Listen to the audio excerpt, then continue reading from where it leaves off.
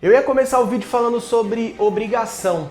Só que a obrigação do Santos, ela não foi feita ontem. A obrigação do Santos era passar em primeiro, num grupo com Recoleta e Cuenca.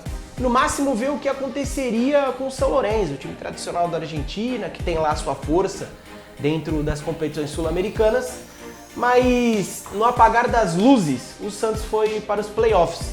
Então o Santos não fez a sua obrigação. A obrigação do Santos era passar em primeiro com sobra. O Santos fez o que dava, o Santos fez o que restava, passou em segundo e vai disputar os playoffs da Copa Sul-Americana. E é sobre isso que nós vamos falar no vídeo de hoje. Antes de mais nada, eu peço para que vocês se inscrevam no canal, deixem seu like, ative o sininho, curta, comenta, compartilha, enfim. Dá aquela força para o Camisa 3 continuar crescendo, para que a gente possa continuar levando o Santos adiante. Com fé em Deus até a final da Sul-Americana. Camisa 3, o manto é 3.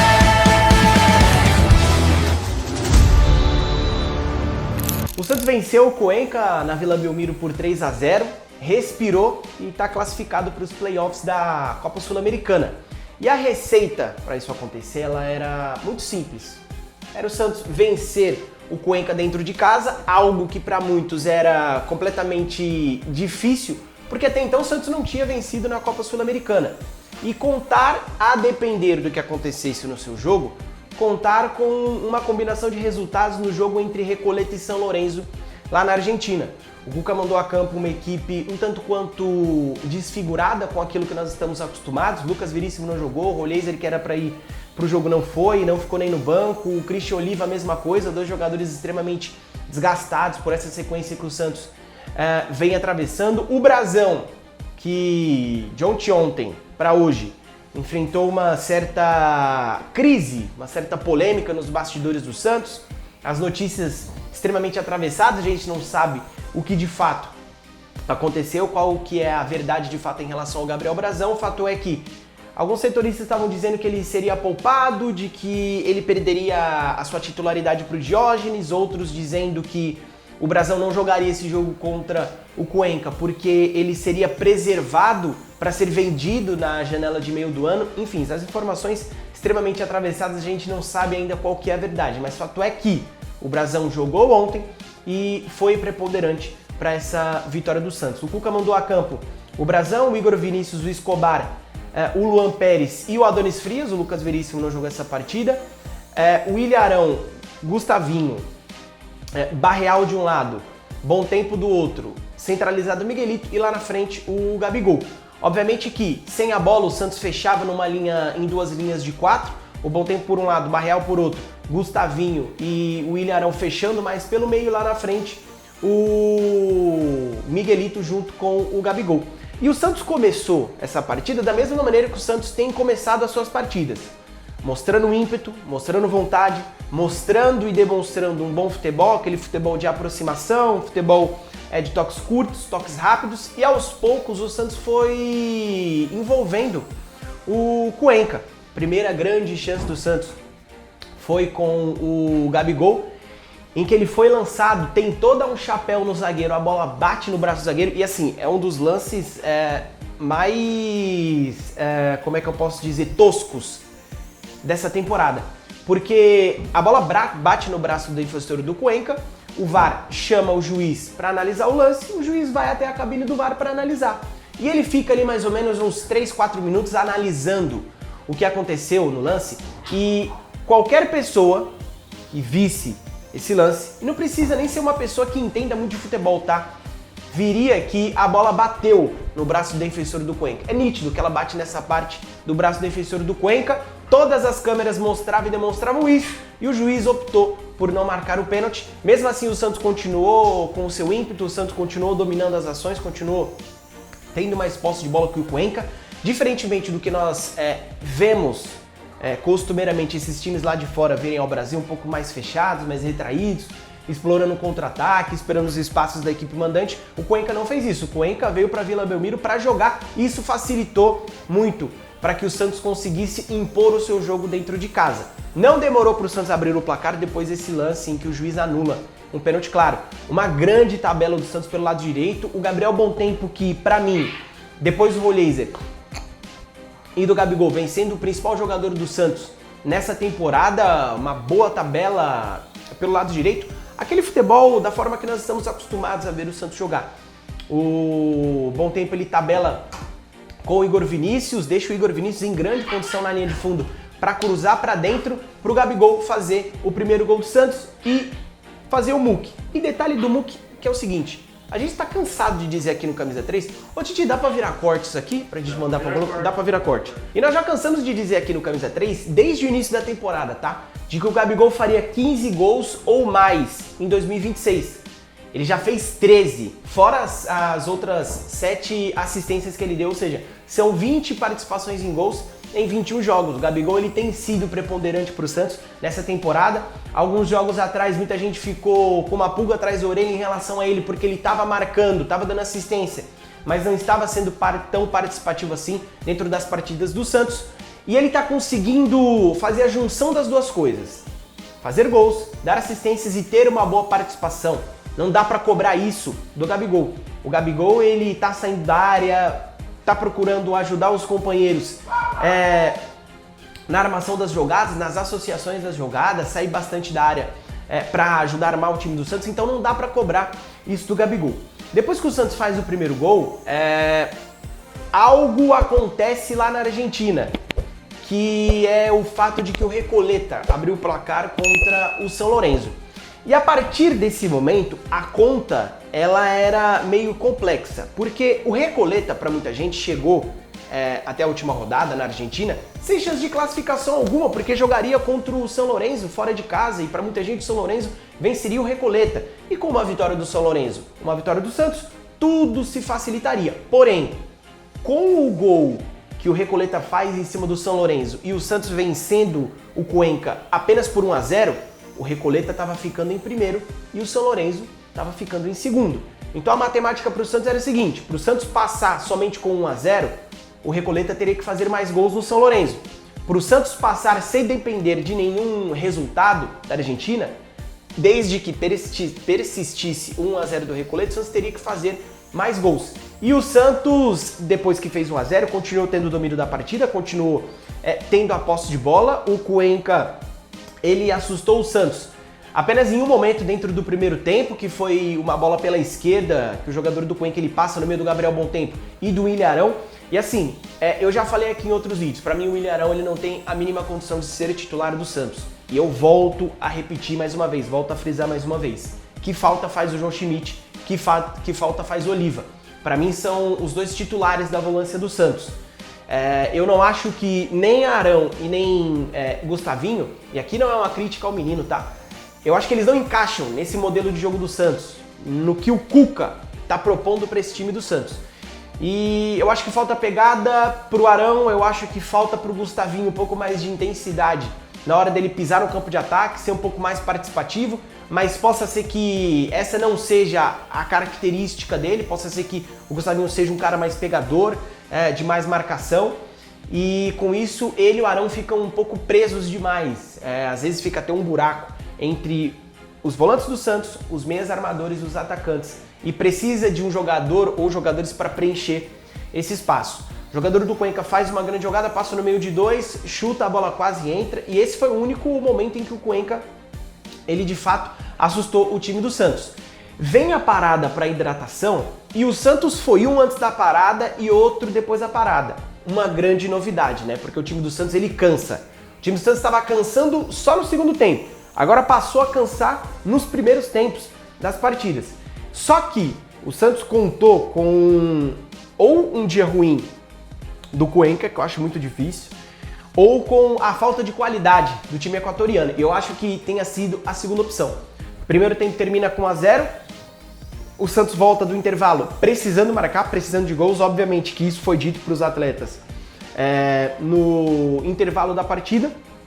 O Santos volta e logo abre o placar. Logo faz 2-0 com o Miguelito, e aí não se sabe se o gol foi do Miguelito ou foi contra do goleiro. Na súmula apareceu que foi contra do goleiro. Eu acho que foi gol do Miguelito. O Miguelito ele vai no fundo em uma bola que eu acho que nem era pra ele, tá? Ele se intromete na jogada, vai no fundo, bate pra dentro, o goleiro do Cuenca aceita e o Santos faz 2-0. E a essa altura do campeonato, com 1-0 do Recoleta em cima do São Lourenço, o Santos ainda, pelas minhas contas, precisava de mais um gol. E o Santos não parou, enquanto não conseguiu o terceiro gol. Uma baita jogada do Gabigol pro Gabriel Bontempo, que tá jogando demais. O Gabriel Bontempo tá jogando muito. Até faço uma ressalva com o fato de que, quando não joga o Rolheiser e o Neymar, o Gabriel Bontempo, para mim, teria que ser o armador cerebral da equipe do Santos. O Gabriel Bontempo teria que ser o principal armador do time do Santos. Só que o Cuca não entende assim. O Cuca entende que o Bontempo ele pode fazer mais o lado direito. E eu até entendo o Cuca colocar ele nessa posição quando o Neymar está em campo, quando o Rolheiser está em campo, porque são os dois armadores do Santos. Entendo, não gosto, mas entendo. Mas quando não tem esses dois caras, o Gabriel Bontempo ele precisa ser o meia central, o meia pensante do time do Santos. E nessas últimas partidas tem sido o Miguelito, que não tem me agradado. Eu sempre falei isso, de que eu acho que o Miguelito nunca teve nível suficiente para jogar com a camisa do Santos. Miguelito já entrou na polêmica lá com o Giuliano em 2024, que o Giuliano disse que o Miguelito não tem a intensidade necessária e tudo. Eu nem tô entrando nesse âmbito da intensidade, mas de fato da qualidade técnica. Não acho que o Miguelito tenha nível para jogar com a camisa do Santos, mas enfim, é o que nós temos para hoje.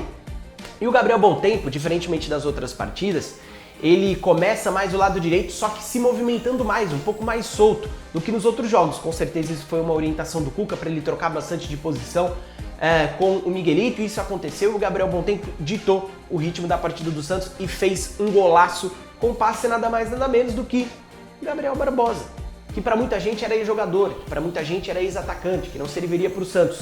Vem demonstrando que não desaprendeu a jogar futebol. Grande jogada do Gabigol, passe para o Gabriel Bontempo fazendo aquilo que todo mundo pedia para ele. Ter mais intensidade e pisar mais dentro da grande área. Gabriel Bontempo tem gol contra o Coritiba, tem assistência contra o Grêmio, tem o gol agora contra o Cuenca, fora as outras participações que eu não vou lembrar aqui agora, tá? Mas tudo isso de forma seguida, mostrando e corroborando que o Gabriel Bontempo vive uma grande fase e tem que colocar na conta do Cuca, sim. Essa fase do Gabriel Bontempo tem que colocar na conta do Cuca, sim, porque os outros treinadores que passaram pelo Santos não enxergavam no Gabriel Bontempo esse jogador. Custou muito pro Gabriel Bontempo cair nas graças do Kleber Xavier, custou muito pro Gabriel Bontempo cair nas graças do seu Vojvoda, e com o Cuca ele tá jogando e tá demonstrando um grande futebol. Fez um golaço, nojento o gol do Gabriel Bontempo, nojento a cavada que ele deu de frente pro goleiro do Cuenca, fez o terceiro gol e a partir daí o Santos, ele, entre aspas, tranquilizou. E o Cuca começou a fazer várias mudanças, várias mexidas. Eu vou até pegar aqui as mudanças que o Cuca fez, para não falar nenhuma besteira. Ele começou substituindo, ele tirou de uma vez, numa tacada só, o Miguelito, Gabriel Bontempo e o Gustavo Henrique. E aí eu até, como eu falei, eu até entendo essas substituições, porque o Santos ele tá no fio da navalha.